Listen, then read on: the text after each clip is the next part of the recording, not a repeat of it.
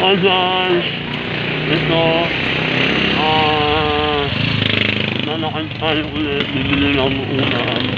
Tapos guys, natawa naman ako. Ang daming gumagamit ay diwata na hindi naman dapat gamitin. Bakit kailangan gamitin para lang sumikat sa pagbablog, diba? Pwede naman silang gumawa ng vlog nila na hindi sila nakaka-diwata. Tapos may mga nagbabasa ka. Kaya ano lang kasi nila si Diwata, diba?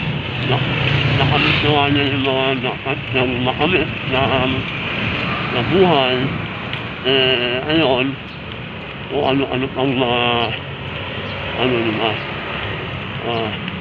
Kukunan nila ng vlog, tapos sasabihin nila, ganito, tapos at hindi sila pinansin ni Diwata, sasabihin nila, mayabang na, gano'n, diba? Kaya hindi masarap ang pagkain, o ang loto. Huwag ganoon. Kung gusto niyo yung makatulong ay Diwata, huwag gano'n. Oo. Lahat. Kaya wala kasi gusto ang Pilipinas kung sino pa yung yan ang pinukukon, diba? Hayaan nyo na lang siya. Hayaan nyo na lang si Diwata. Oo. Sana naman matapos na yung kainitan ni Diwata. Oo, ang dami-daming... What's up? Oo. Ang dami-daming issue. Diba?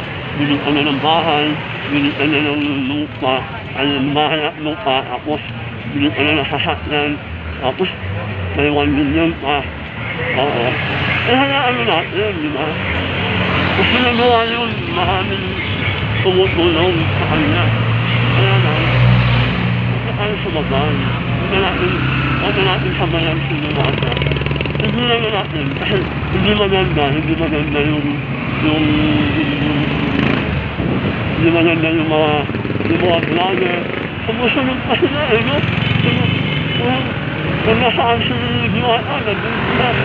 Wala, nasa galing din si Diwata. Pero puntahan nila. Hindi naman natin yan kasi hindi maganda yan sa isang vlogger. Gumawa tayo ng vlog na maganda. Hindi yung susundan natin si Diwata. Kahit how ako pumunta sa susundan mo. Oo, mali yun, mali. Oo, diba? Diba guys?